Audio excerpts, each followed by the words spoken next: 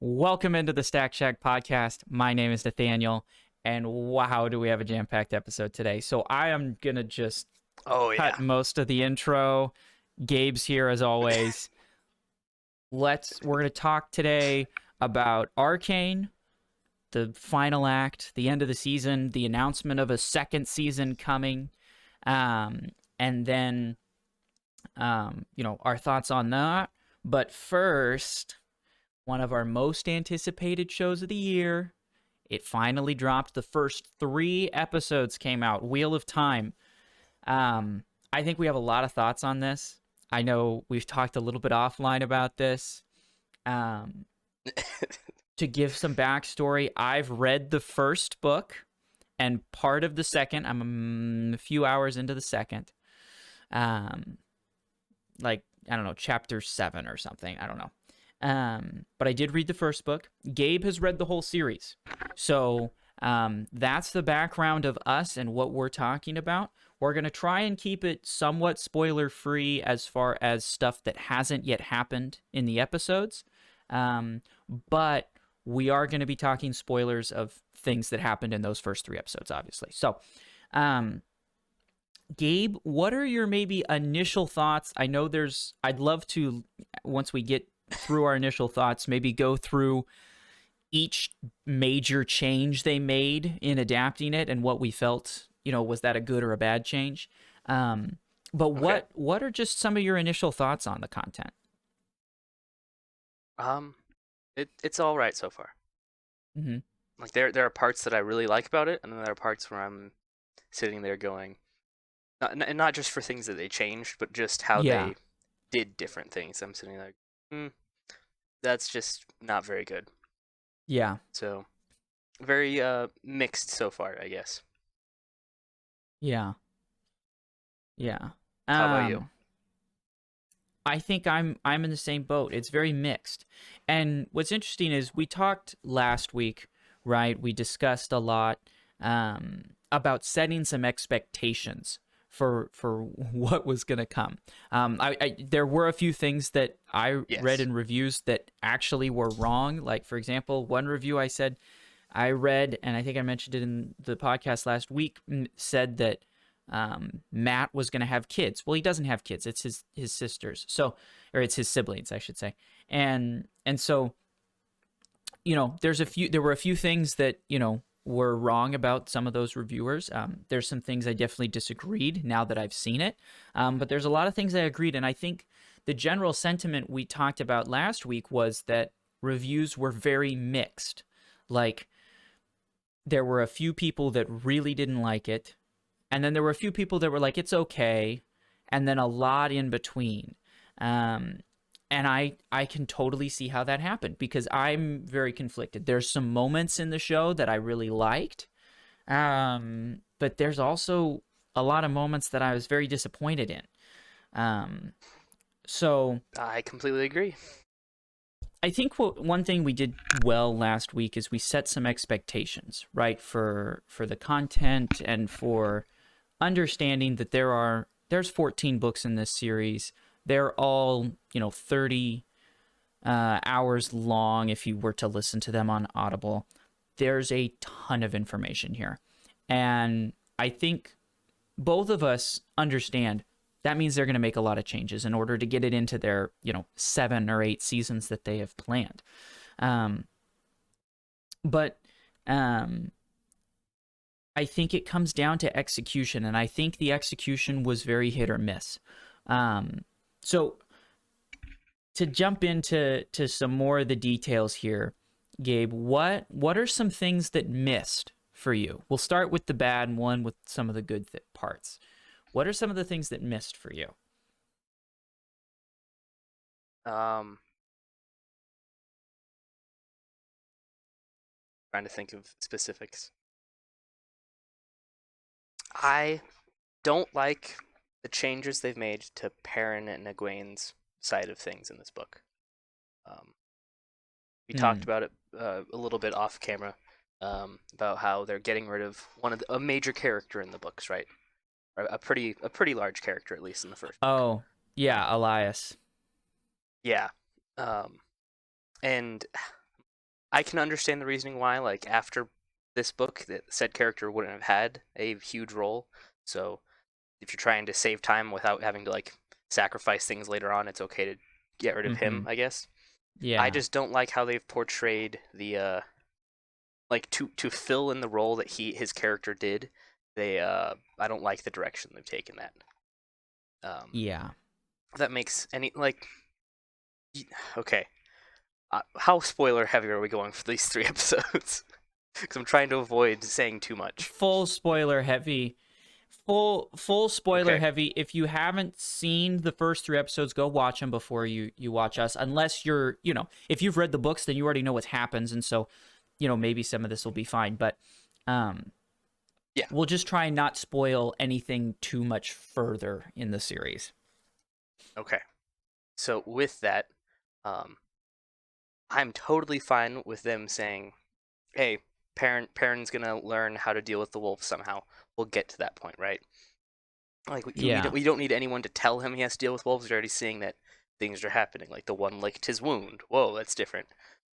Yeah, that's weird. And then as soon as he and Perrin and Egwene split off from the rest of it, their scenes just felt so disjointed to me.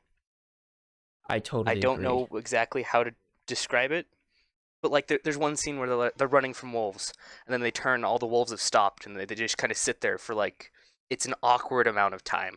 It felt It like. is. I'm just like, why are you stopping? What's the point? And then let's Yeah. hurry off to God knows where. Like, we don't know what we're doing. That one got to me. I think that was one of the big ones. Yeah. And then some of the action sequences have felt off. Just like there's a Yeah. okay, for in episode 3 with Rand and Matt when they're running from the Dark Friend and she has his sword. That whole sequence just felt wrong. It did. It felt like, weird. Okay, you're running. You take a like shortcut. I don't know what it was. Direction like of them. Yeah. It was just off. It really was. It was, and I can't, like, point out a specific part. It just didn't feel right. I was almost, like, just kind of laughing at it. Like, it lost all seriousness. It just felt comical. It felt like a like a satire. Like if you've ever seen Mr. Bean did the satire of, like, James Bond, and it felt like one of those chase scenes where it just didn't feel it didn't feel intense, it didn't feel natural. And I think that's my biggest complaint with the show is it just feels like it kind of misses the mark in a lot of little ways. I think, like you said, I'll be honest, the whole Elias and the wolves got me through a lot of book 1. And so I was very disappointed when Elias was not included in the show. That was sad for me because I was really looking forward to seeing his character. I think he's an awesome character. I love that whole dynamic. And I agree with you. What's interesting to me, I think, the most is we've kind of made some changes to the book, and we've cut some things in order to speed up the process. Like, for example, the fact that Tom, they meet him at the Four Kings Inn, right? With that dark friend that comes after them, rather than right from the beginning, he's, like, hanging around with them, right? And I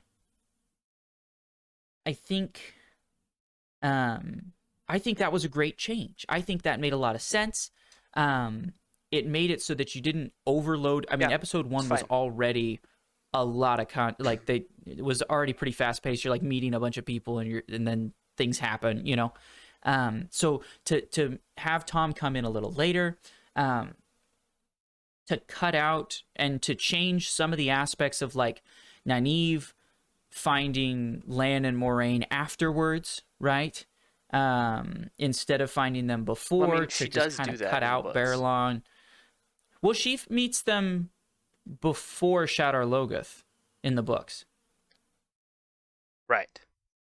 And so But, in like, here in the show, she meets them after Shadar Logoth in the show. right, yeah. Right. So that I'm fine with that change. I'm fine with making, streamlining some of these other parts.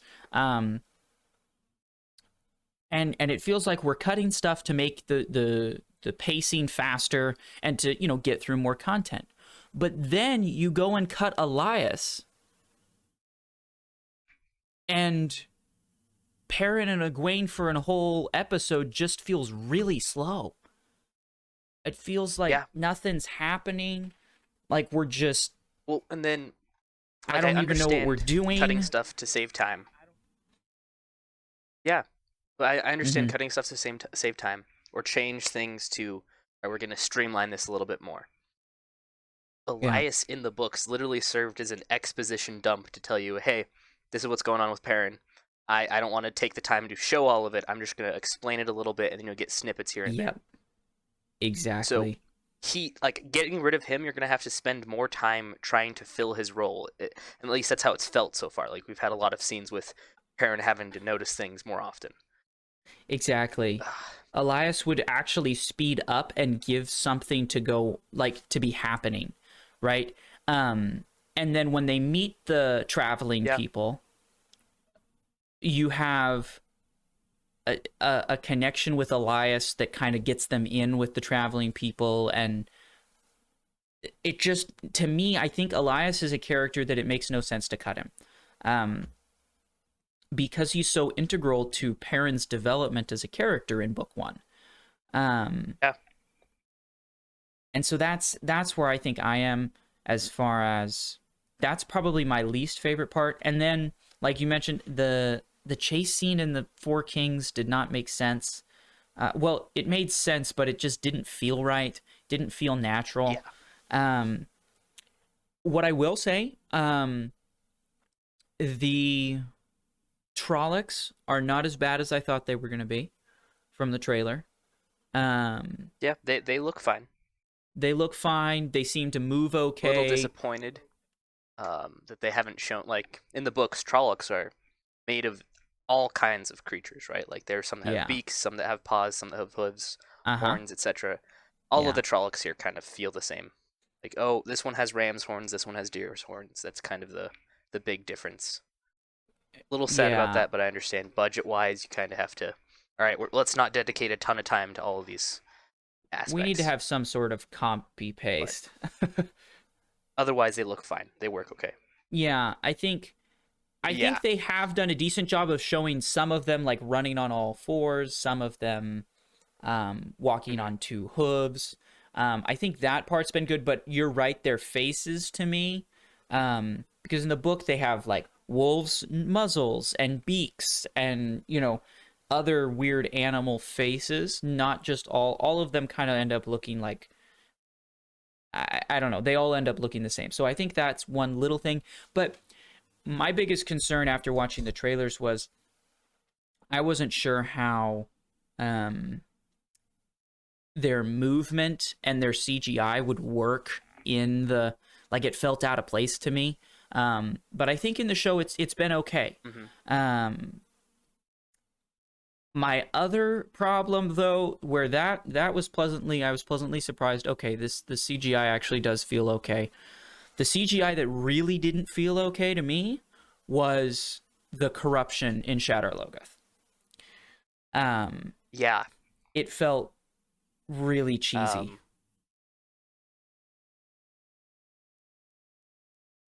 And it doesn't even... Okay, when I read the books, I always thought of it as like a fog rolling in, like a mist. Yes, very thick. I totally agree. Isn't that what it described, right? Yep, it's like wisps. I didn't like that change. And it's in the air. It's not just running along like walls and the ground. Yeah. So also, I didn't like that change at all, and it just didn't look good. It just didn't look good. It looked very cheesy to me. it looks like something I could do on my computer in a few hours. You know what I mean? Like, it's just like, make the black move across this ground. And it also, in the book, it doesn't have like a mind. Like, it doesn't have a purpose. It just kind of is floating around, and anything it touches, obviously, it destroys. But in the show, it's like chasing them, and then it like retreats after it doesn't get them. And to me, those are two very simple things that don't need to be changed, that I feel like were just altered for no reason. And I think, so from a CGI perspective, that was my biggest complaint.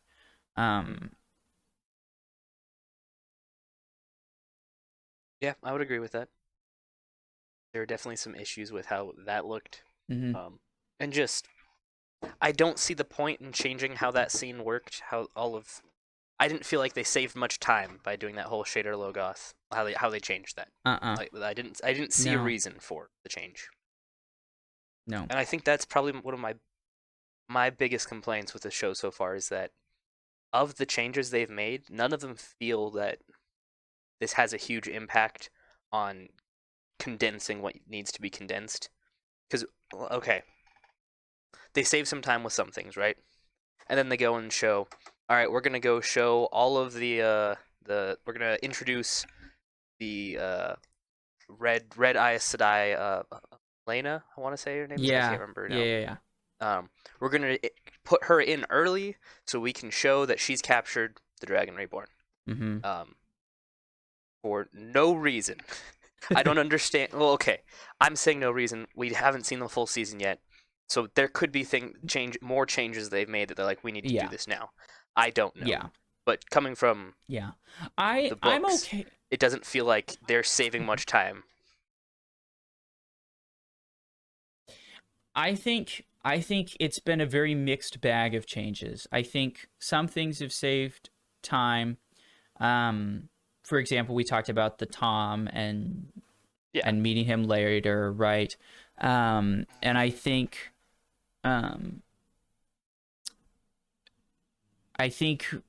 changing like the way they like cutting the whole like Rand carrying Tam through the forest, like that's fine, cut that out.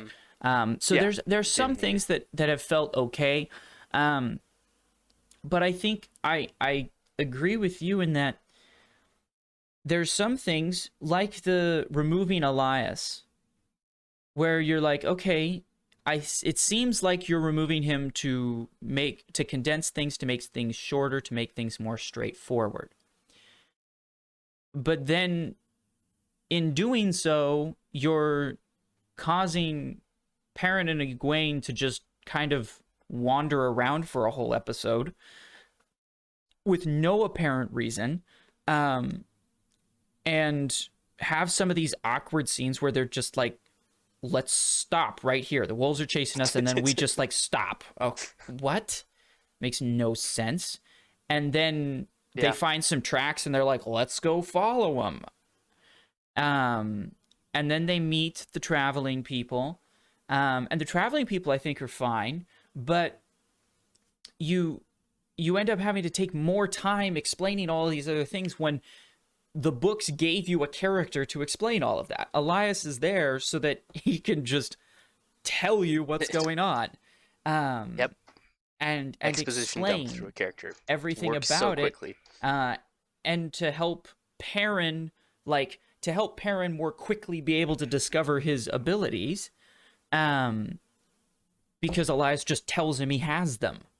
And so in changing that up, you ended up slowing down the story. And so that's one of those changes where I just don't understand what we're doing here. The pacing, and that's where this pacing comes in. That third episode, everything with Perrin and Egwene felt super slow. Everything else felt more where it's supposed to be. And if you add Elias into the Perrin and Egwene story, it feels faster. And I just don't get some of the changes. again, it didn't like ruin the story, right? I mean, Perrin's still figuring it out and we're okay, but when you're going to make a change, for example, it didn't feel like an improvement for this medium. I'm going to use an example that's probably controversial. The Hobbit trilogy. Now, the fact that they made them into 3 movies, okay, that's, you can complain about that. But inventing the orc pack group, right? And this orc character, because that's invented into the movies. It's not in the book, right? Mm-hmm. To me, that is one of the best examples, in my opinion, of making a very major change to a story in a way that makes sense. Because The Hobbit, to be completely honest, as they're traveling, there's not really a lot of motivation for them to like go fast or keep moving. Yeah. In the book, they just are kind of doing it because they want to. And so to invent something to chase them, right? To invent something to chase them makes total sense, in my opinion. Now, we can talk about whether the Hobbits were good at adaptation another time, right? They're definitely a flawed adaptation for other reasons. But that is an example of, we need to give the characters some sort of extra motivation to get moving fast so that we can get through this, 300 pages of walking.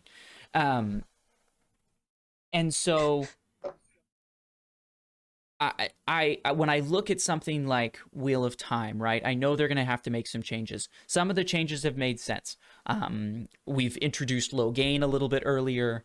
I like that we're getting to see Logain a little bit more. I like that we're introduced, we can be introduced to the White Cloaks sooner. That's fine with me as well. And going to their perspective, I think that was cool. A little faster, cutting some of the stuff out of the beginning. Okay, that makes sense. And we'll talk about our favorite parts of the show here in a moment. But there's all these like decent changes, but then there's all these really dumb ones that don't help the story. Like cutting Elias doesn't make sense.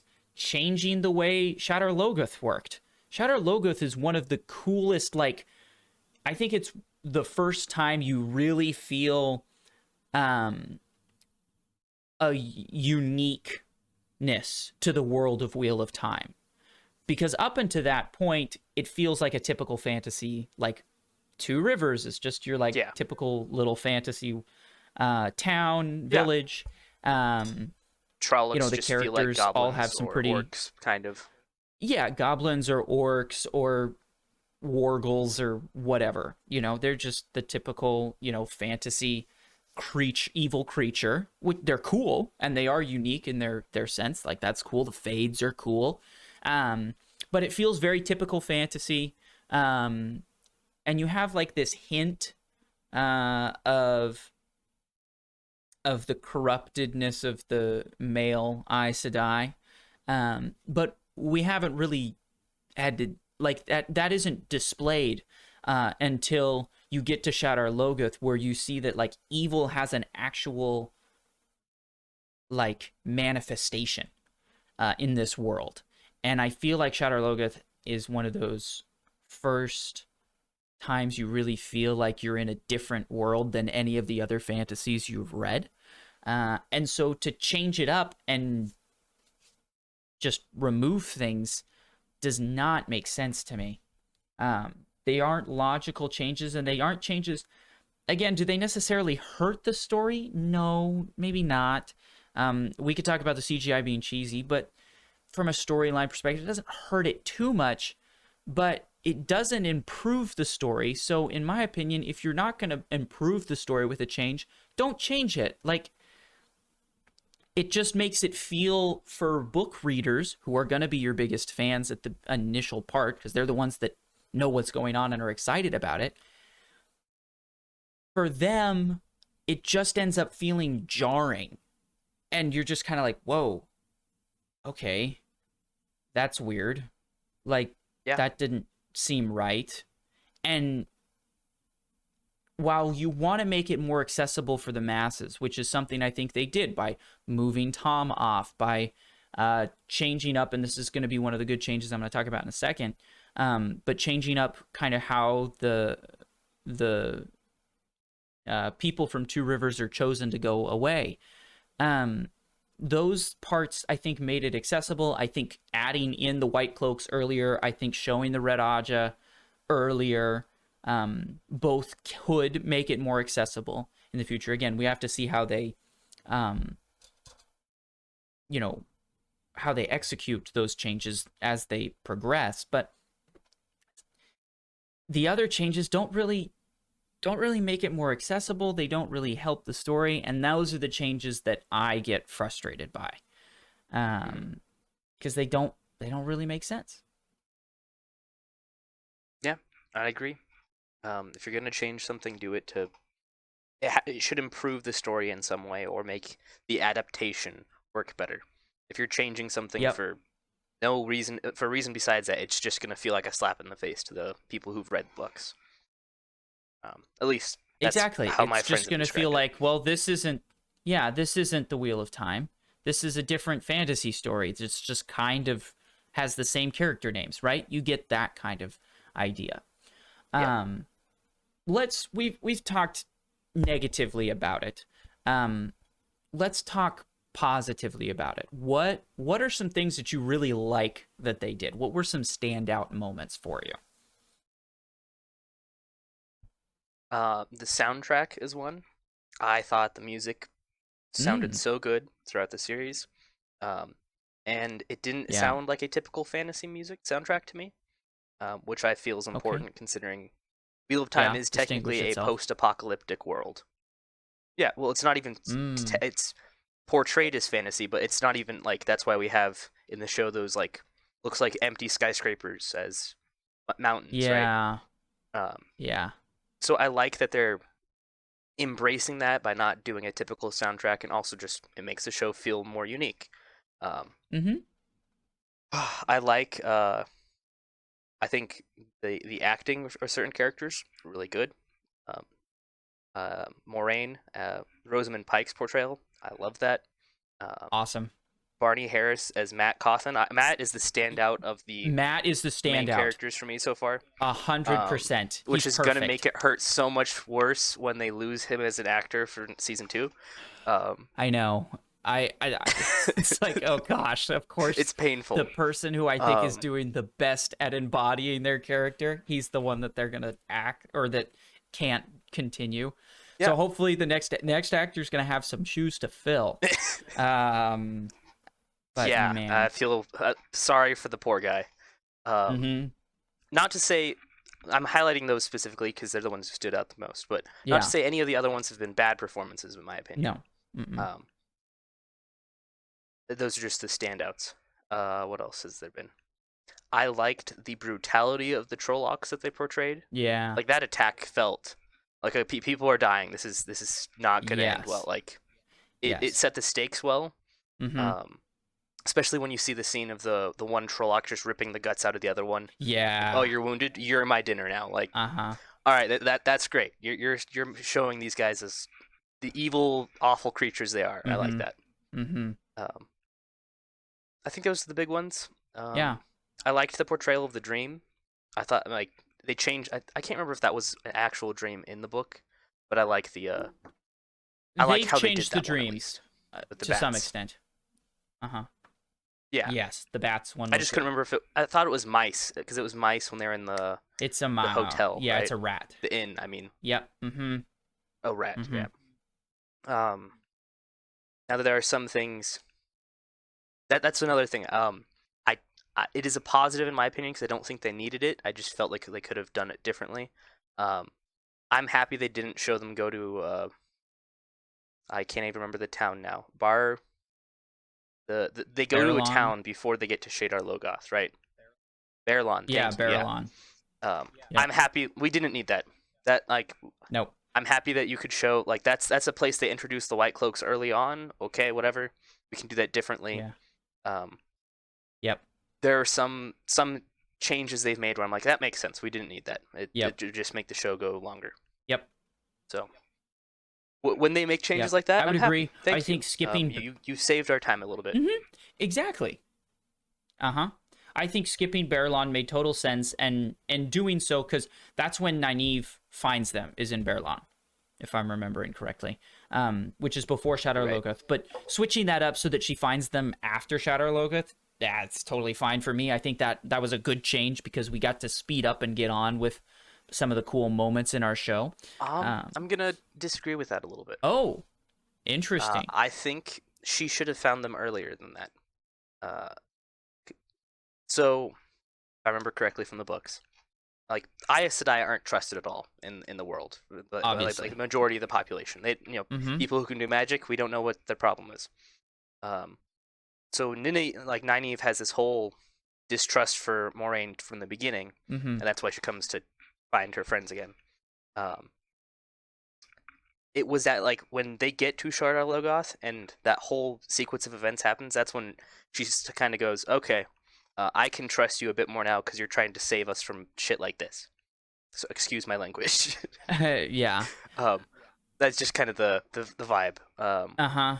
So that was definitely a moment where it was okay. Now we kind of get like this establishing of characters, and she's not quite as distrustful. Now that she's come in later, she still has that distrust, and I don't like they're gonna have to figure a different way to make that distrust stop, or at least I don't know. Unless they're gonna go a different direction, just feels like you're missing that character beat that I felt was needed. Yeah, I think that's gonna be a place I'm gonna disagree because I think you can leave. She doesn't start. She's still. I mean, even at the beginning of book 2, I would say her distrust never goes away. The distrust really doesn't start to wane, in my opinion.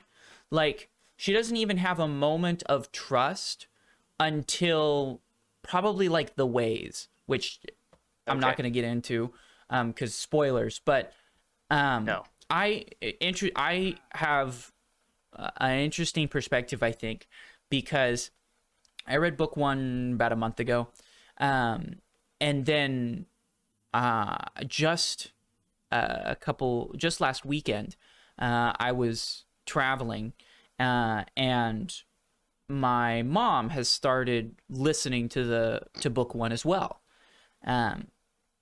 And so on the drive, we had a long drive, 9 hours both ways.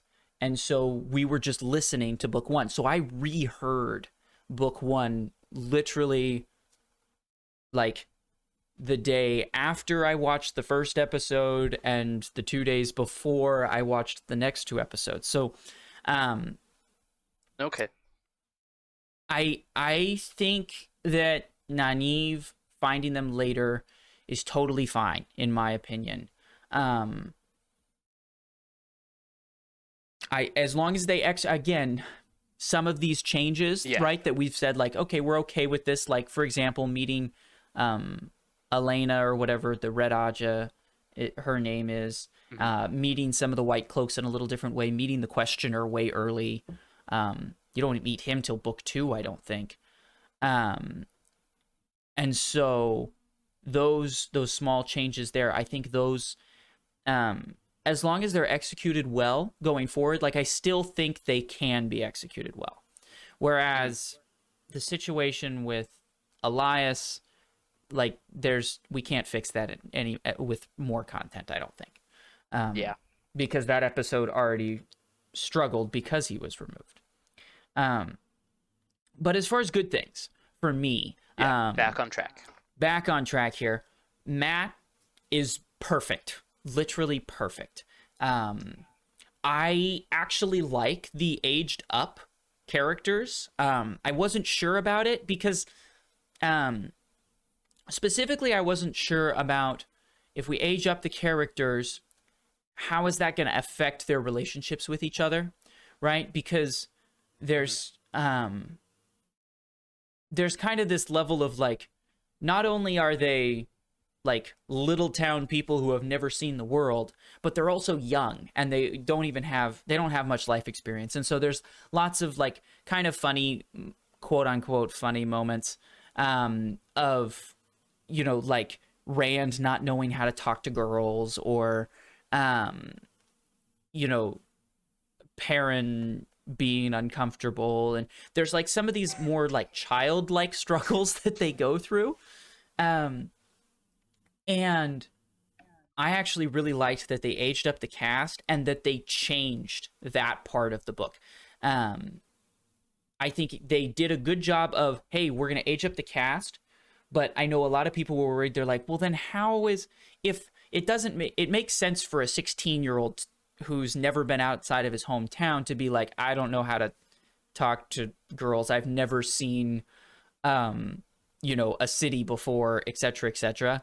But how, it doesn't make much sense if it's a 23-year-old. Like a 23-year-old should have had some experience with this at this point.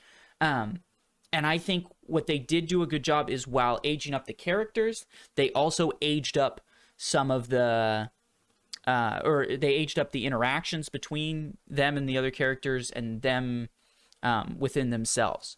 So that was something I actually really liked. You can come at me. I'm fine with the Rand and Egwene relationship, how it has been portrayed in the first 3 episodes. I actually think it makes a lot of sense. Yeah, that made sense to me too. I think it was actually one of the highlights for me. As far as the interpersonal relationships go, I thought Perrin and Egwene's relationship was cool. Like, he's the one that was married, and he's kind of being the protective older brother kind of style, which I think fits his character really well. I think Nynaeve is perfect in all her annoying combativeness towards Moraine. I think we needed a few more braid tugs. That's what I was waiting for.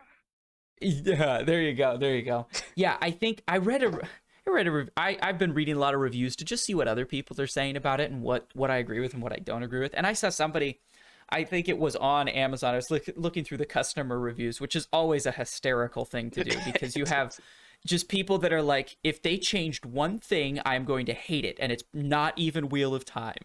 They're like, look, Perrin, or they're like, Matt, what was the complaint? There was one about like Matt's dad being a little bit different, and they're like, it's ruined. They ruined the whole. I'm like, Matt's dad is such a side character that's like mentioned once, and you're really mad that he's slightly different than the book portrayed him. Come on. But one person went on and on about how, why the hell is Nynaeve so combative? And I'm sitting here going, and I'm reading book 1 as I'm seeing this, so I'm very close to it. I'm sitting here going, I bet you, and again, I haven't read past the beginning of book 2, but I bet you this person is thinking of a Nynaeve that exists way in the future that I haven't gotten to yet, because the complaints they were raising, they're like, she just argues with Moraine all the time. And I'm like, well, hold on. In book 1, that's all she does. Every single thing Moraine says, Nynaeve disagrees with. No matter what it is, she's mad at Moraine for everything. Constant. And so I'm like, in fact, reading book 1, I was very annoyed with Nynaeve, because she was constantly like just combative. No matter what they were doing, it was just no. And so I thought that her portrayal in the series was actually really good. She's combative. She hates Moraine and doesn't trust her and says no to everything. And it's great. It makes perfect sense for Nynaeve. So those of you out there who are maybe on book 10, 11, and 12, I assume there's character development, and, you know, they change their perspectives, and, you know, maybe Nynaeve isn't as combative later then. I don't know. Again, I haven't read them. But I would encourage you, if you're a fan of Wheel of Time, but you're way down later in the books, be careful what you criticize about this first season if you haven't read book 1 and 2 in a while. Because so far, I think the character portrayals have actually been really good. And I think that's been a highlight for me. I thought Tom was solid. I also love that we've gotten a few more songs and they've actually made songs out of them. Like where you're introduced to Tom, I thought was a great scene of him singing the song about the dragon. I thought that was a great way to introduce his character. I like. Oh, speaking of songs. Go for it. When they're traveling, right after leaving the Two Rivers, and they start singing about Manetheren. Manetheren, yeah. Yeah. I always said it Manetheren in my head. That's fine. Manetheren, yeah. Because I was sad that we didn't get to see her whole magic display of what Manetheren was to the village. But now that she just got she explained it there, I thought that was a good change. Like, it worked out well. I think that kind of got like a character moment with everyone. You got a little bit of a deep dive into that, and I think also, it's one of those like traveling scenes where you're like, well, we have to do something, We can't show them just riding across plains over and over again. Like, you have to start doing something. And so I felt like that was a great moment. I thought the first stream was really good. I wasn't sure about about Perrin's dream, where the wolf is like eating his wife, which is just disturbing in and of itself. Yeah. Perrin's wife's character is a bit of a conundrum to me. On one part, we aged up all the characters, right? And I already talked about how much I liked the fact that we aged up the characters.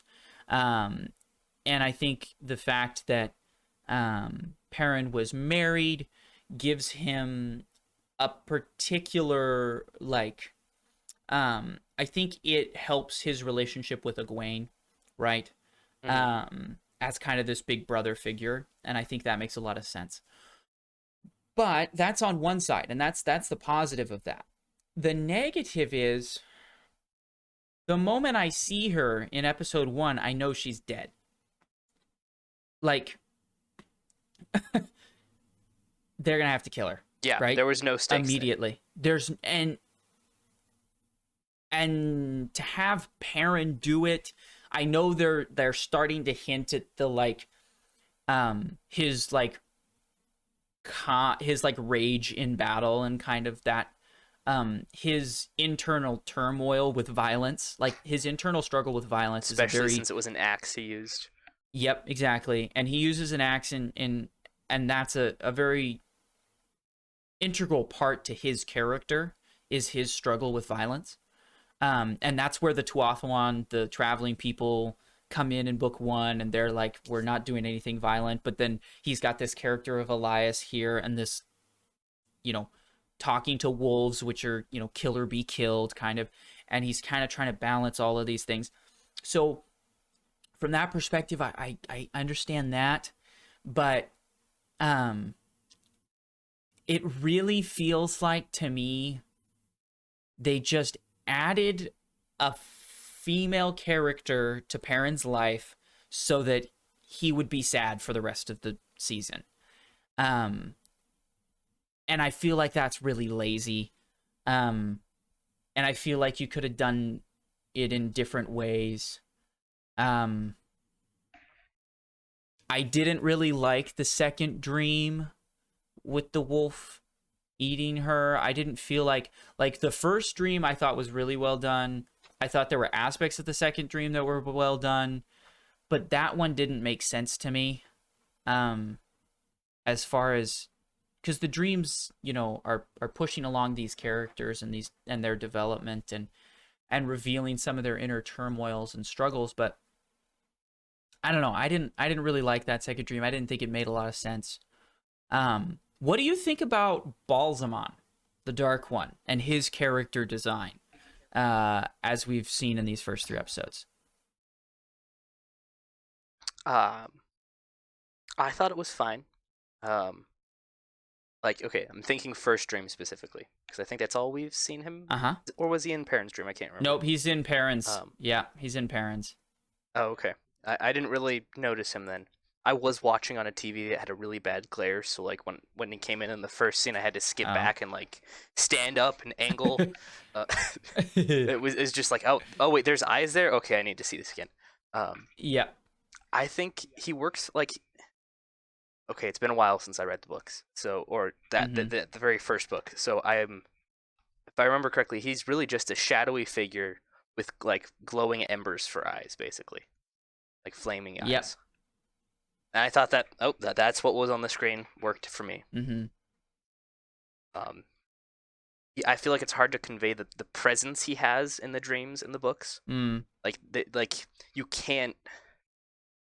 That's something that's just really hard to adapt from one medium to the other. You can't like how their overwhelming sense of fear and dread that's happening just from him being in it. You can't do that. No. So I'm happy with what is able to be done. Yeah, I think I agree with that. I love his character design. I think his character design, as far as how he looks, is perfect. But one thing that I'm struggling with, and I don't think it's necessarily good or bad, right? We've talked bad, we've talked good. This one, I'm pretty just kind of neutral, and it could be cool, but it also could have some problems, and that is the fact that Balsamon talks a lot in book 1. Yep. Like a ton. And in the show he hasn't spoken yet. And for me,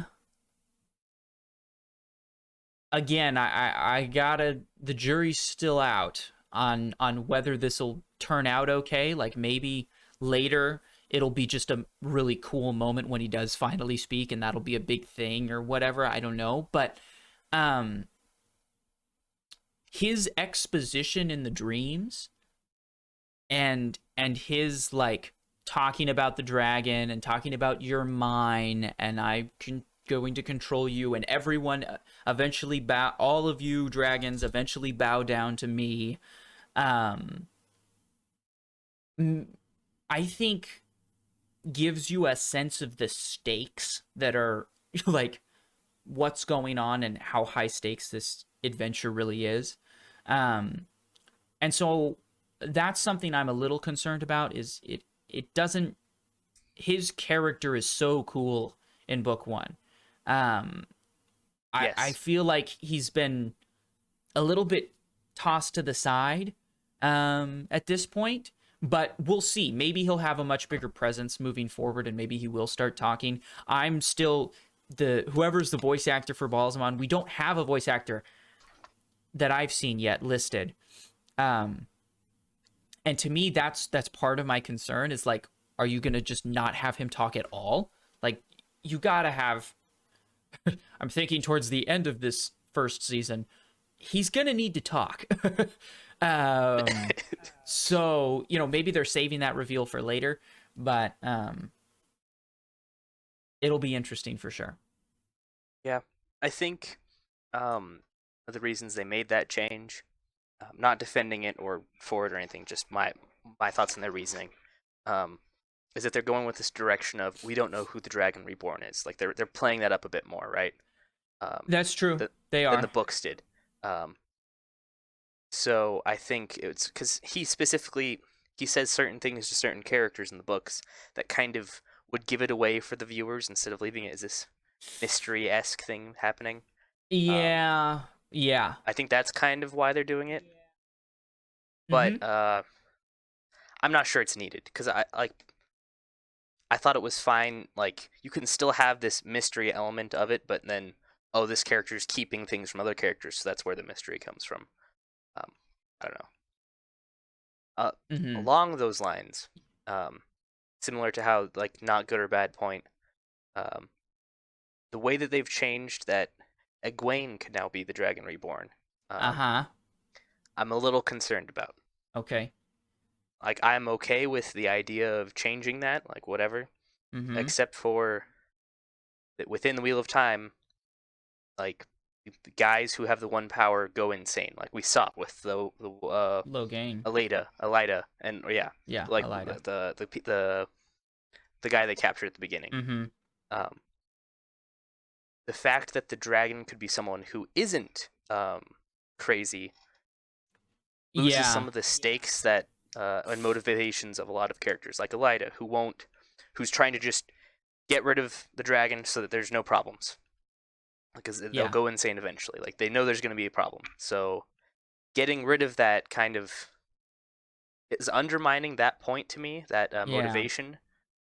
But if they're changing it up in a way that they don't need that motivation, I don't know. I just hope they still keep the corruption is still more of a force than they already showed that the corruption's there. So I'm just concerned with what direction they're going from with that later on. Yeah. To me, I think the change. I totally feel your potential concern, right? It could be an issue, and it could be a very big issue. But to me, I think what is, they haven't dwelt on that fact too much so far, in my opinion. And as long as they kind of just move on from that fact, I think we'll be okay. And the reason I say that is, I think making it possible that Egwene is the dragon, just at the beginning,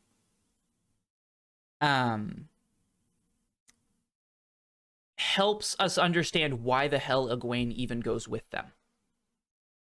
Because in the first book, she just kind of says she's going along with them, and you don't find out until way later that scene between Moraine and Egwene, where Moraine's telling her you could be an Aes Sedai.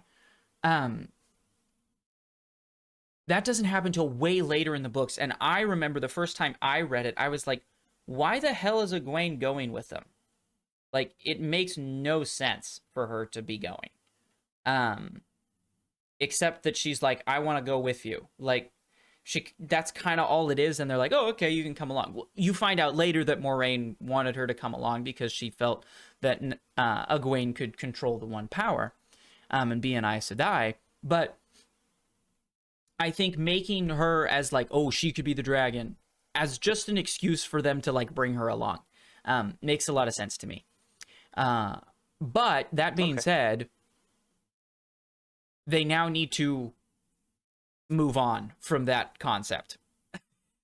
They need to just not address it anymore. What's the Toy Story meme? The I don't want to play with you anymore, and just drop that. Exactly. Let's drop that idea. Let's keep it focused, because you're right. The whole idea, the dragon was a man that came and he broke the world, and in his breaking of the world, he corrupted the male half of the one power. And then there's going to be a new dragon who we don't know. Like, in the books, it's portrayed as, will he be the one to save the world or break the world again? And maybe irrevocably break the world this time. That concept, if it could be a woman dragon, well, then I think we should all root for a woman dragon, because she won't be corrupted.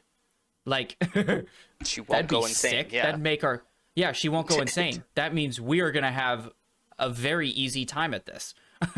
This is gonna be a piece of cake.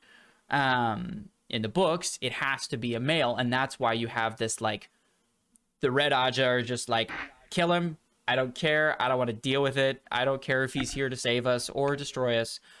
I just know he's going to go insane at some point, and that's going to be bad, so get rid of him. And then you have, other Aja that have different opinions on that, and that's one of the main stakes in how the factions of the Aes Sedai split. And so I get that. So that perspective needs to stay. And so I think as long as they reveal who the dragon actually is pretty quick, and they've already sped up a lot of the storyline, so we'll get to know who the dragon is pretty early on. I think as long as they do that, We will be good. We should be okay, and it won't end up becoming a big issue. But I do think if they let this drag on and let us wonder if Egwene is the dragon for a long time, I think then it becomes a major issue. For all of the motivations and the storylines in the entire series, like that, letting this drag on, I think could completely ruin the series. Yeah, I agree. There's just a concern, and I will only be able to see what happens when it goes on. What? I can't even talk. Exactly. We'll just have to wait and we'll see if it's a valid concern later on. Yeah. Yep. One exactly. thing I will say that I am disappointed wasn't included, but I wasn't expecting it to be. I really wanted the prequel of this book shown. I wanted that scene where we see the breaking of the earth. Oh, just and then so this is how I just if someone wants to make this like a fan made one just for me, I would love that. We see that like they're walking, we see the skyscraper mountains, right? What if we had seen as he breaks the earth how those were destroyed, and then the transition goes to we're gonna fade over the landscape to the two rivers as we pass by these things that we know were these great like skyscrapers of the past. Yeah, like it would have. Yep. You don't even need to do anything else besides that. Just highlight that fact. Show us the breaking of the world. Show us the stakes that we're at right here. Like how powerful the dragon is. I would have enjoyed that a lot. I totally also agree. Getting to see isn't it Basilmon? Isn't he at the beginning? Isn't he in the prequel? Yep. I couldn't remember if he was the one there or not. But yeah, getting to see that would have been so good. Yep, he's the one there, and he's who names Lews Therin Kinslayer because he kills he went mad and killed everybody. I totally agree. I think that that prologue in book 1 is one of the reasons you want to keep reading, because you know you're going to get to that level of power. Later. You're setting the promise and expectation, like, hey, exactly. We'll get to that point, but like we got to start with a sheep herder to begin with. Exactly. And like you said, it tells you who the Dragon Reborn is, because they mention as Dragon Reborn and his first, his last coming broke the world. Okay. It doesn't show us that, please. Have the impact. Then you can give Moraine show me her little what speech. That was. Exactly. And she could it also just come right in, and she's like, the dragon has been reborn. Corruption on this male half of the Shadar is. Yes. Yeah. It like the whole scene of like he doesn't even realize it was his family until they like turn the lights on him for like in his mind basically. Like until you get to see Balsamon just how awful the corruption is and how it like makes them go mad. You understand the stakes a bit more. So. It does. Missed I would have liked opportunity it. for I understand why they didn't. It's probably just a lot of work to do the whole breaking of the earth, like visually. That probably. I would not. Yeah, but see, the other thing is though, with any of the it would be a Lord of the Rings moment. It would be a Lord of the Rings moment, like they have at the beginning of the Fellowship, where you see Sauron and all of the army, and like that whole thing, and then it jumps to the Shire, right? I wanted that. I don't care if it's derivative of that.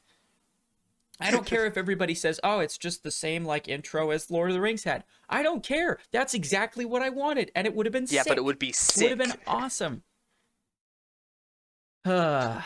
Missed opportunity, man. Missed opportunity. Yeah, fully agree. It also would have been cool for okay, that's spoilers. I can't say that. Never mind. It would have said for people who have read the book, there are interactions with one character and his thoughts that it would be cool to have set up so the viewer can kind of be like, oh, and they make that connection. It would have been nice. But that's not a big deal. Yeah. It is what it is. So yeah. Well, overall, we've talked a lot about Wheel of I'm Time. probably gonna give. Yeah, I'm just overall probably a 6.5. Yeah, that's for the what I was first 3 going to episodes. ask. Is we've talked a lot about it. What is your final out of 10 rating? Again, it's the first 3 episodes. There's still a lot to go. Yeah. We'll see. We'll There's still be definitely reviewing more. every episode here. But 6.5, is that what you're saying? Yeah, like there's some great moments that I loved. Like Tom's entrance was great. Perfect. Love Tom. Yeah. But other moments I'm like, yeah. So until I see more, that's where I'm gonna stick with. Mm-hmm. Yeah, I think I would agree with that. I was thinking a 6 myself. Okay. It's not something where if I rate something below a 5, I'm probably not even going to continue watching the show. Like, you know what I mean? If I rate something a 10, like I did Arcane Act 1 and Act 2, that means I will gladly rewatch this show tomorrow, even though I just finished it yesterday. You know what I mean? So I think a 6 is fair right now. I think it has the potential to move up. Like, there is still room for it to become a 7 or an 8. I don't think it can become a 9 or a 10.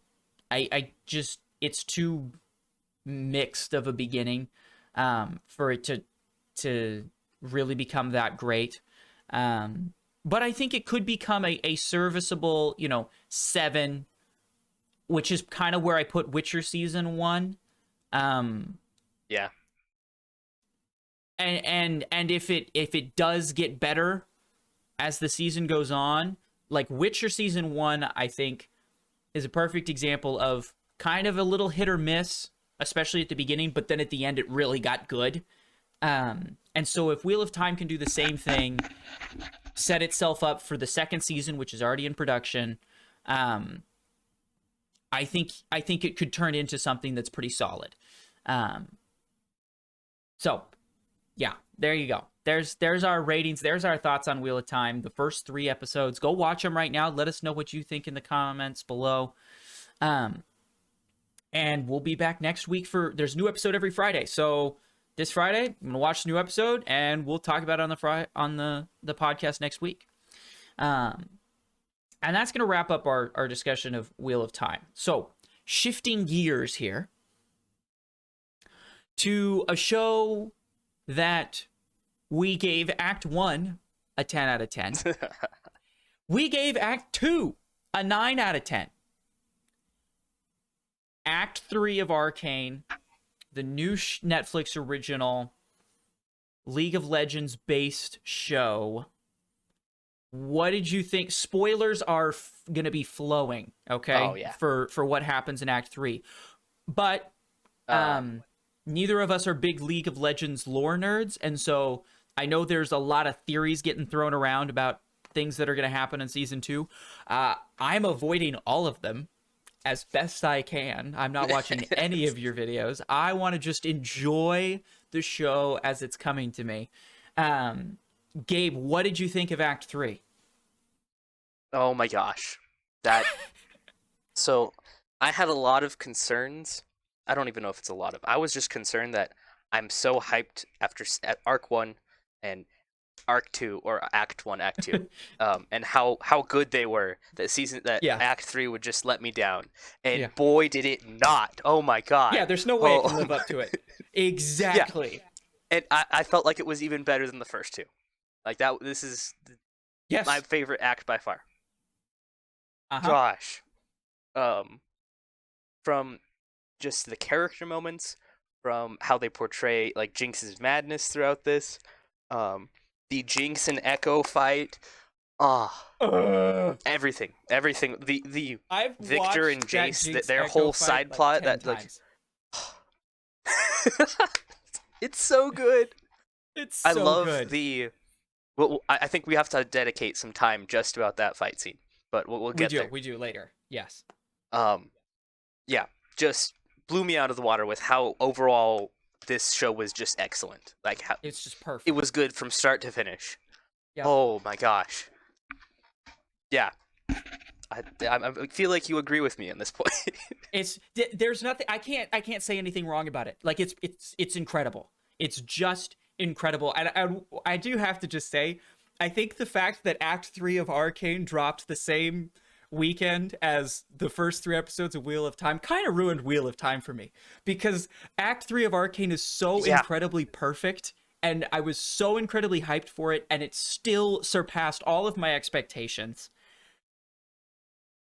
Then I'm like, oh, I gotta watch Wheel of Time for the podcast. Dang it. Like, oh, man. You're like, I just need to keep watching Ekko versus Jinx. I just want to keep watching Arcane over and over again. So,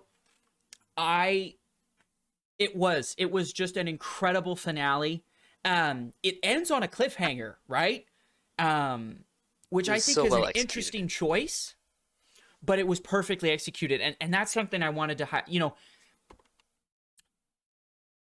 I love how each of the 3 acts had a kind of a central theme or something that they were kind of going for, and how well those were executed. The other thing I wanted to talk about is how perfectly, and I think all big world shows need to take a look at how Arcane did it, how perfectly they gave you a sense of the vast world and the vast universe that you're in without being overly complicated, doing too much, feeling rushed, by honing in on a few central characters. And by doing that, then they just gave hints. They didn't need to show us all of these other worlds. Okay? They just hint at them, and you'd get the feeling, oh wow, this is a vast world and we're just in a small part of it. And you're excited to see more. Okay? But you didn't have to spend a bunch of time trying to explain the rest of the world. Just focus on your central story and do that really well. Also, for all of you Netflix people out there that are going to be producing a show for Netflix, since we've talked at length on this podcast about how it can be difficult for a writer when Netflix will only greenlight you for 1 season. And you're like, well, I have this story I want to tell, but I also only have 1 season to potentially tell it, so I have to either cram it all into 1 season, and then if I get renewed for a 2nd season, I have no content to go with. Or, on the other end, I have to, like, just hope that I get another season.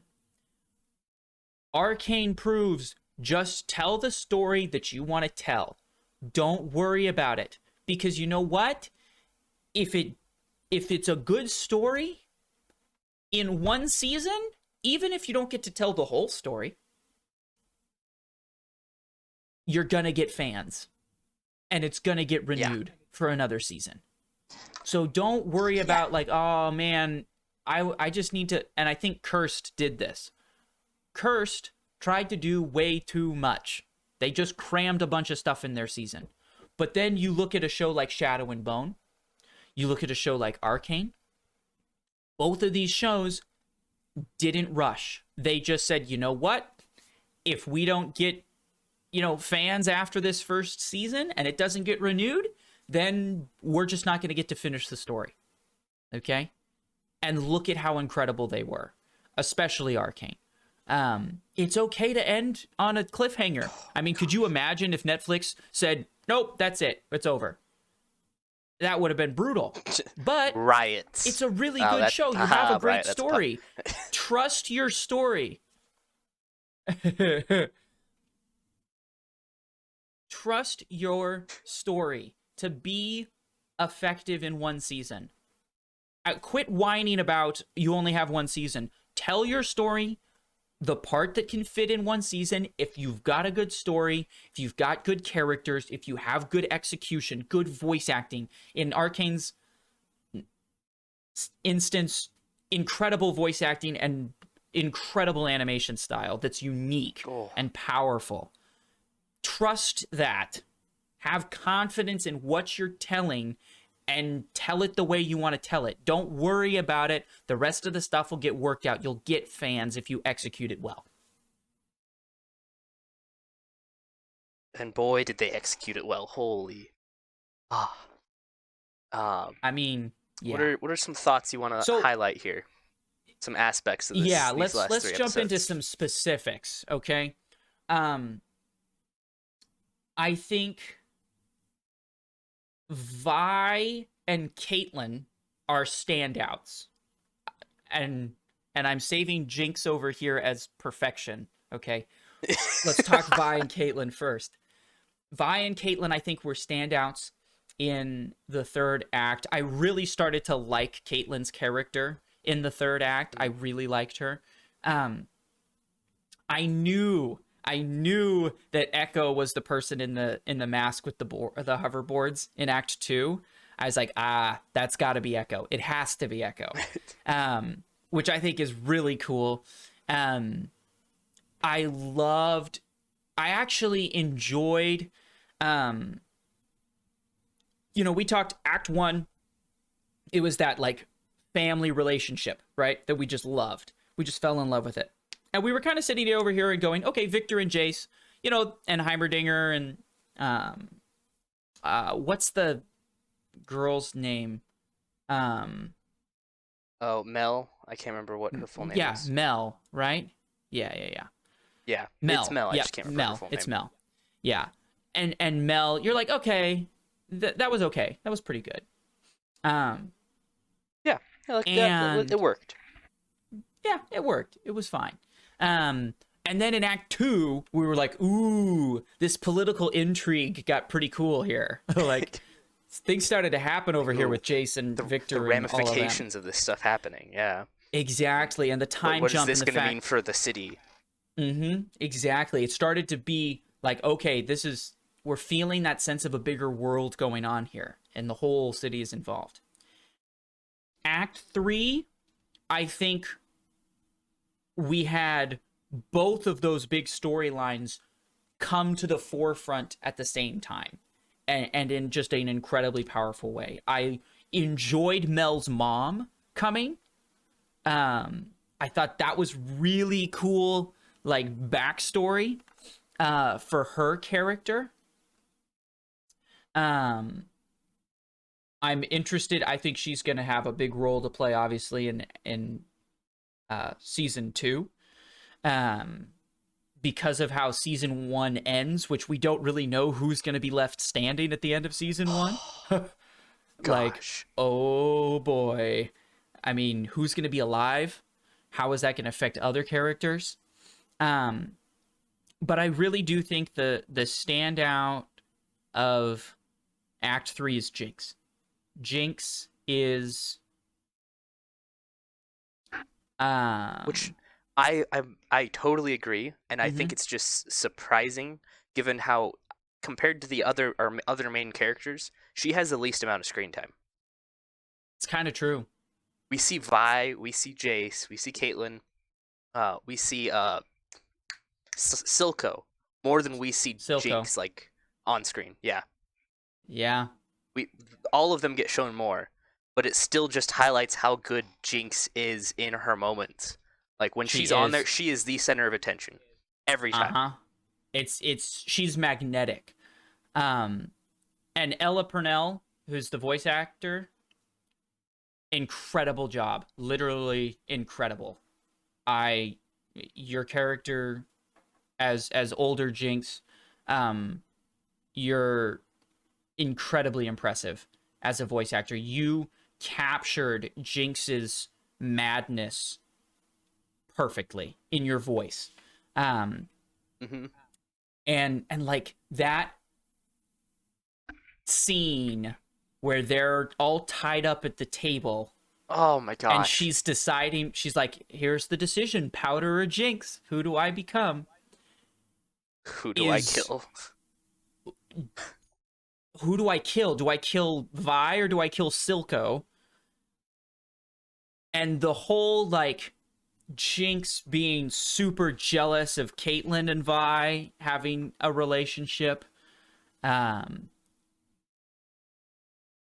Jinx is just, it's so incredibly powerful. The other thing I wanted to highlight, and this is going to get us, well, hold on.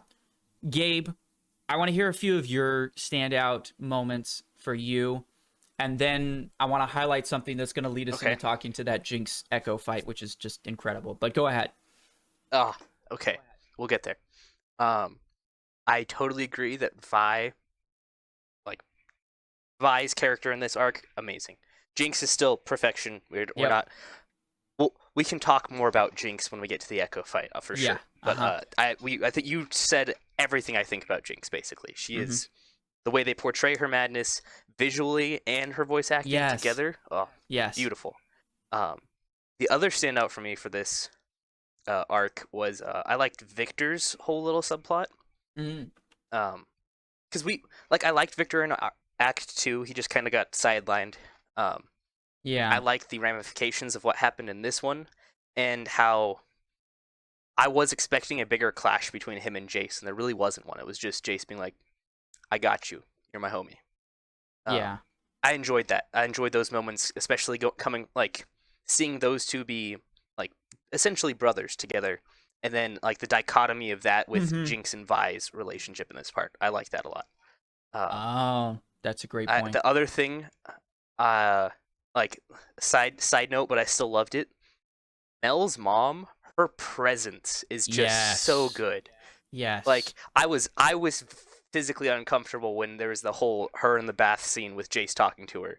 Like she had this uncomfortable. I'm gonna be the most intimidating. Like I don't care what you think. It's me. I am the person who's gonna get everything done. Loved that. I want to see more of her in the next season because her character is just so fun to watch on screen. So those were standouts for me for this season or this arc.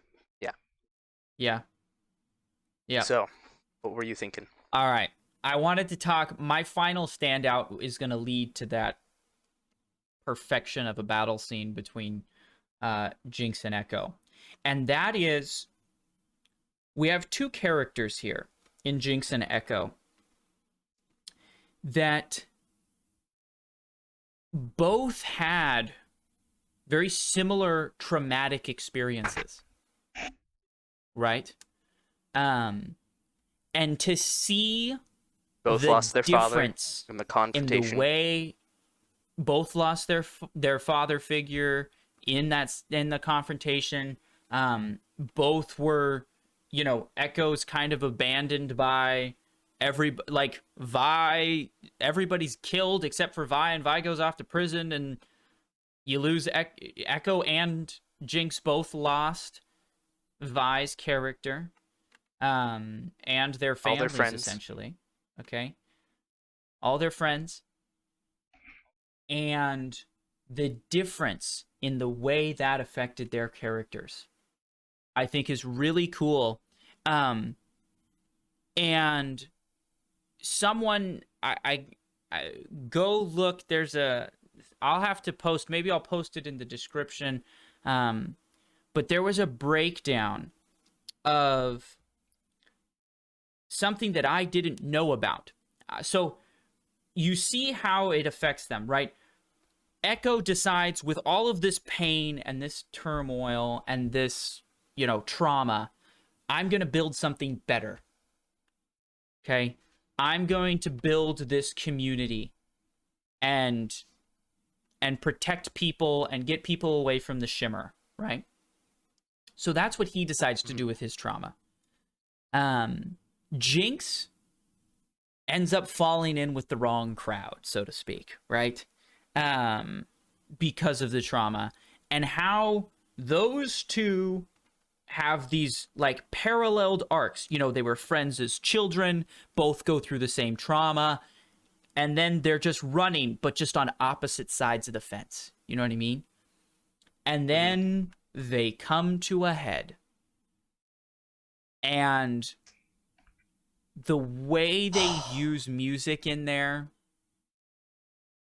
and the way they just changed the animation style and the whole, like, he's dropping it and it's going back and forth, right, with the beat, and that's how the music starts.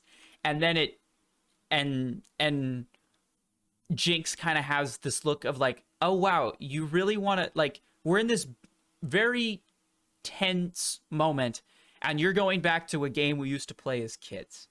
All right, let's do it. And she steps back and gets in her position, you know, and then for it to flip in the animation to her as like a little kid and him as a little kid. Oh, it's so incredible. It's like, look at this little game. We used to play this as a game, and now because of all these things that have happened, we're doing this for real. And it just gave me chills, man. Just straight chills. And then to have the like rewind, which I did find out, apparently Ekko's character in the video game, he eventually learns how to time travel in some fashion. So that was like a hint at that, which I was like, oh, that's cool. Little moment. Love that. Yeah, just a little moment for the fans, you know? And then he beats her, right? And he's pounded her into the ground, and then he sees that powder is still in there, just a little bit. And the hesitation, I mean, I'm like tearing up when I see it. There were so many just moments of just waves of emotion throughout the act 3. But for that culmination, I have a couple more to bring up on that note. Oh my goodness. So go continue. ahead. Along with this fight scene, I loved the portrayal of how quickly this fight was over, right? Yeah. Like, they stretched it out with how they did the animation and everything, which I loved, but yeah, in real life, fights don't last long. We're not going to Correct. have some like 3-episode fight scene like in anime, right? Which is totally fine. I like anime, but we're not doing a drawn out fight. This is a one blow decided this fight, essentially. Which I loved, and I loved how they stretched it out to make it feel longer and have all this emotion behind it. Loved that. And you mentioned that the how you were tearing up about like the pain in Ekko's eyes as he's doing this. Yeah. I love those little emotional beats they do without saying anything in the show. Yes. When Jace sees the body of the kid, and when he and Vi attacked the factory. Yeah. And when he and Vi are getting ready to have a confrontation, and you can just see his whole thought process reflected in his eyes. Mm-hmm. Like, he goes through all of these stages. Okay, Arcane does that so well, of showing so much character emotion just through facial expressions. Yes, which you don't get you don't get that a lot in animated shows. Like in regular TV shows, you have your actors can do that a lot easier. But the way that I feel like Arcane was a step and above a lot of other animated shows in that regard. I agree. There's a lot more impact when they do those moments. Yes, and that's what we talked a little bit about last week, about how when I watch an animated show, I want you to do things in it that you can't do with real actors, right? Like, really lean into, I chose to make this an animated show, I'm going to do animated things that are really cool, right? Things like showing Jinx's madness. Things like doing that whole, like, stylized, total different style action scene and then rewind it and then do it in real time. Have her character change from adult to child, right? And they just did that so well in this show. Over and over and over again, they have moments of that. It was just so well executed. And I think one thing I have to say is, I think their animation style really helped them do those emotions. This like hand-painted style already has so much emotion in it, I feel like. It doesn't look flat. It doesn't, it just has a really deep sense of emotion just inherently. And I think that allowed them to do some things that have really never been done in any animated show I've ever seen before, and execute them at such a high level. I totally agree. And it's even better to me that the animation style is the one that they have for all the trailers of the game. Like, this is the same animation company. Yes. That they took that level of detail, like it. That, like, as someone who hasn't played League of Legends, I'm not a fan of it in any regard. I hadn't watched any of the trailers. I didn't get the same impact. I'm sure the people who do play the game and have been that invested in the franchise, that when they saw the show was animated in the same style, like that must have just been so good for that fan base. Feels like home. If I had any show, like if one of my favorite games was turned into a show like this, that would be so amazing for me. So just A+ for whoever made that decision in this show. Yeah. And way to go, Netflix and Riot Games, for taking a studio that had, up until this point, I think only done those, like, hasn't done a big project like this, right? As far as I know. Mm-hmm. Kudos to them for going, hey, you know what? You've never failed us on a trailer. Let's give you a whole show. Go for it. Right? To put the trust in someone in a studio like that that's done some good work for you, right? But never done something like this. To trust them to do it, that's A+. Kudos to whoever put their foot down and said, we're doing it this way. Because that's incredible. Oh, yeah. I feel like, as great as the Jinx and Ekko fight scene is, like, it totally overshadowed... I phrased that wrong. That is the best fight scene. But it overshadowed an equally as, like, good fight scene, in my opinion. Not equally as good. It just didn't have the same emotional impact. The Vi versus Silco's right-hand woman. Savika. Savika, thank you. I was like, I can't remember her name now. Yeah. That fight scene was amazing as well. Like, it did not have the emotional impact the Ekko and Jinx one did. It didn't have the same flair.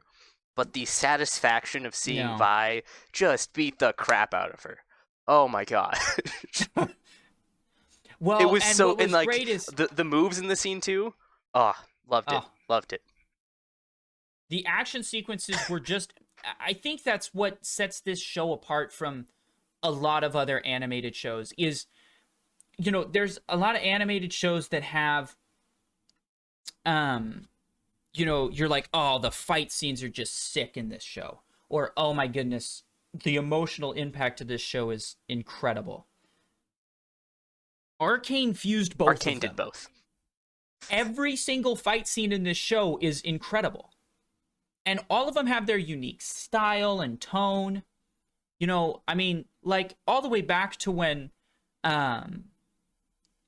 Vander like breaks off and makes the makeshift brass knuckles.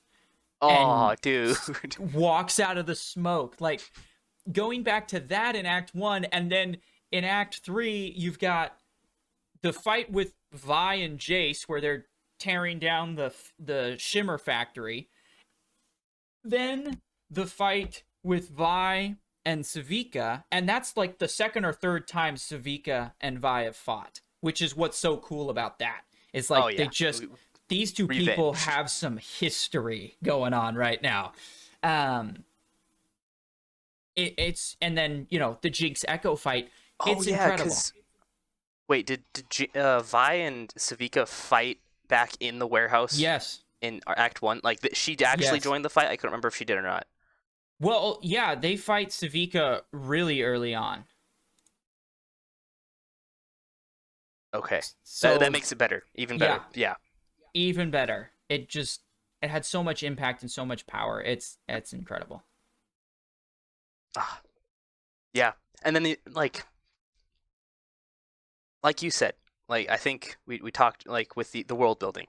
We started off focusing on these characters. Mm-hmm. And then we kind of got the side arc of Jason and Victor. Yep.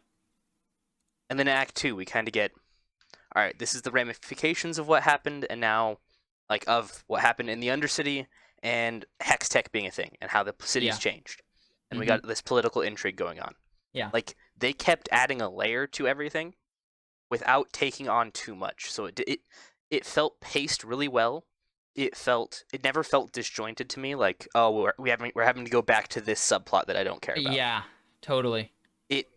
They didn't take on too much. It was like the perfect amount of here's different things going on, but we're going to do them, like spend enough time with each of them in our 9 episodes that it still everything comes to this one point where, like, even if it's a cliffhanger, like how this season ended, that was the climax of every single arc, like every part of the show, like ended at that moment. Mm-hmm. Every arc wrapped up. Every storyline came to that point, and now the ramifications of what happened are just people are going to be talking about Arcane season 1 for weeks, if not months afterwards, just thinking about how that's going to change things. Yes, and I think Arcane season 1 set a new precedence for video game adaptations and Netflix original animated shows. Yeah. And I think I'm going to say Arcane, as far as its effect on our media, I think it's going to have if it can continue with a couple more successful seasons, I have to put that contingency in here. But if it continues for a few more successful seasons, this show will, I think, have a similar impact as a Game of Thrones on the industry.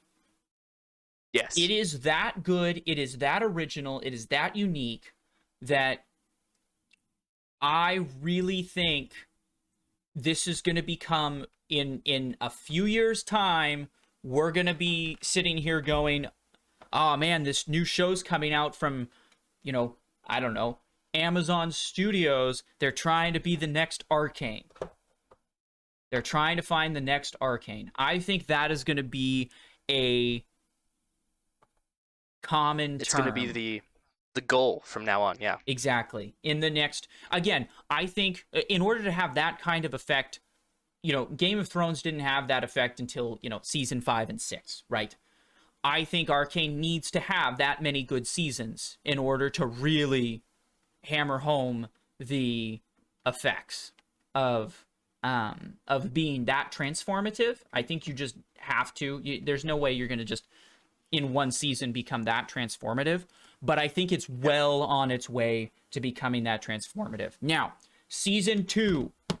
What are you? I mean, you got any thoughts? Any projections? Any predictions? It all depends on who's left standing in that meeting. And in my opinion, if Mel goes down, if Mel's dead there, I that's my prediction. I think she dies in that explosion. Okay. I think Jace lives. Okay. I'm just gonna throw a wild guess out here I think Jace lives because Victor protected him and it revealed what the Hex Core's done to him, so that arc's gonna happen. Like, that's gonna change things. I don't. That's just a wild guess there, but that feels right to me. Yeah. But I definitely think Mel dies and Jace lives. Yep. Mel dying causes her mom to go to war on the Undercity, and Jace is gonna try to prevent that. Do what he can from his side in the council. As a leader figure in the city, the upper city. Mm-hmm. Those are my big. I think that's going to be the big conflict of season 2 is, Jinx just declared war on another nation by killing her daughter. Yeah, that's going to cause a lot of strife. Yeah. I would agree with you. I think Mel is going to die. But see, I could see it going a couple of different ways. Like you said, it really does depend on who survives that. Because in one sense, we could see Mel die. But in another sense, I think it would be interesting to see Victor die. Or Victor and Jace die, I should say. Jace die. I think it would be interesting to see Jace die and see Mel, who's already torn with her mother on this like war side of things, right? And she convinced Jace to not go to war. And now she's angry enough at his death to go to war instead, like that, or she's at least just having to have that conflict of like, I told him not to go to war and now he's dead. What do I do with that? That would be interesting, but I have a friend who's been watching the show and we talk about it. Okay. He plays League of Legends, and so gotcha. Both Victor and Jace are champions in the game that you can play as. They are. So I don't see either of them dying here. Probably true. It would be really interesting, though. It would be. The ramifications of that. It would be. I think the storyline that I think is going to have, that I'm the most unsure about, is what are we going to do with Vi, Jinx, and Caitlyn? Because, like... I agree. Vi and Caitlyn are, like, sitting there, right? They're stuck there. They see this happen. What happens immediately after those credits started rolling? I think that's going to be really interesting, and it could go in a million different directions, I feel like. And this show's done a good job of surprising us so far, so man, oh man, I can't wait. They say all that's said on... Do we have any sort of guest release date for Arcane Season 2? Yeah. Looking it up right now. I saw, like, post...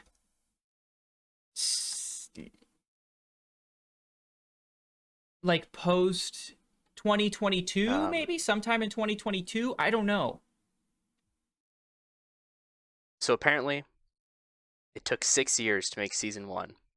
But they're saying it's definitely not 2022. So it's not going to take 6 years. But it's definitely not going to be in 2022. So we have a range of either 1.5 years to 6 years, basically.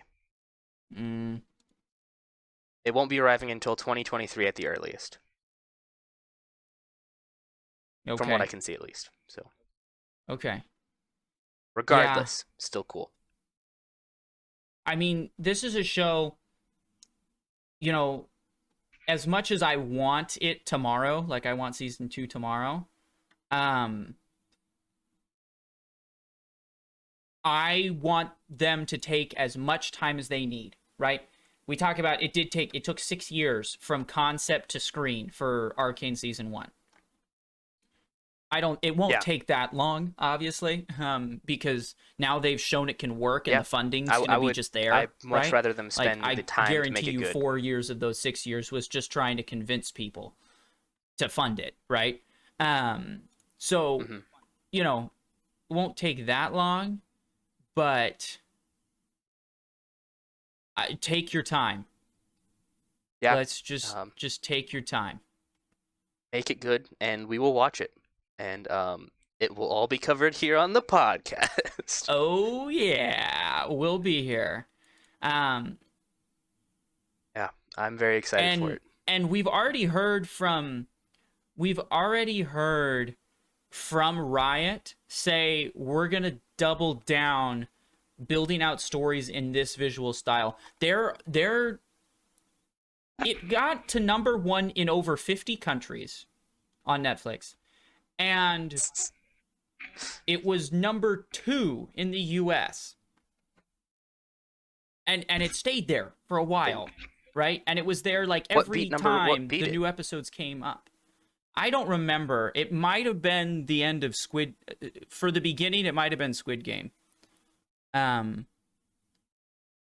but actually, no. It beat Squid Game as it was a movie like maybe Red Notice. Or, it might have been Red Notice.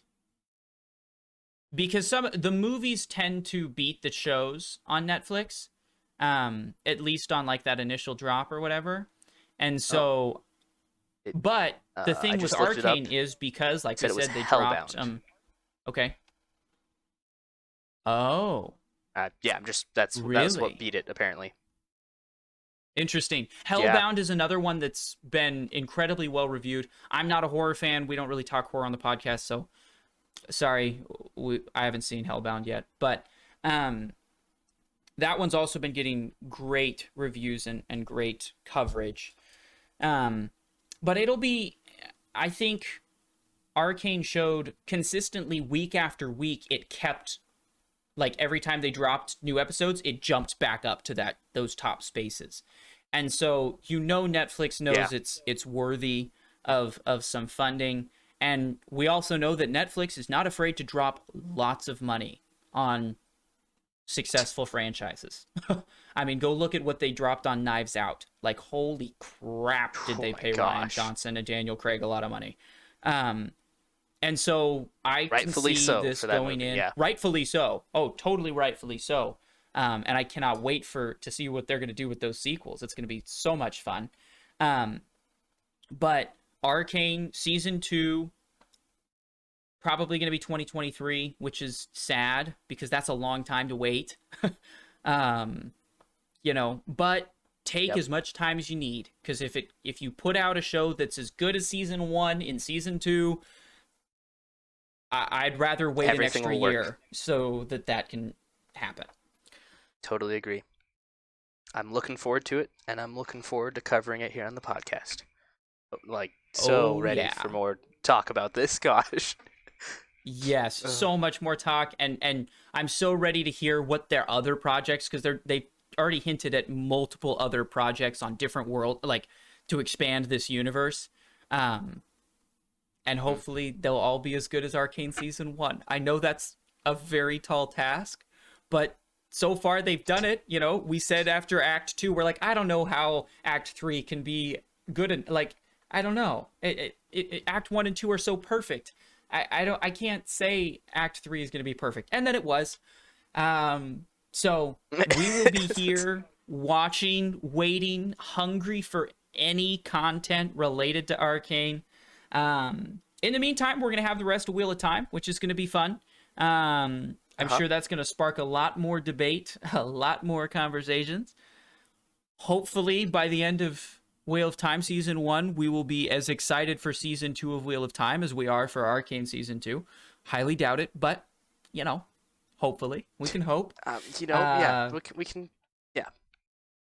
We can see how it goes. The Lord of the Rings show next year. Lord of the Rings show, Book of Boba. Like, we got stuff coming up. It's good to be a fan of television and movies right now, because man, is it good. And all of that will be covered here. So tune in next week. We'll see you then. In the meantime, feel free to hop in, follow us on Twitter. Let us know in the comments what you thought about Arcane. What was your favorite moment? I've probably watched the Jinx Ekko fight like 10 times, so that's my favorite moment. But yeah, let us know what your favorite moments are, and we'll see you next week.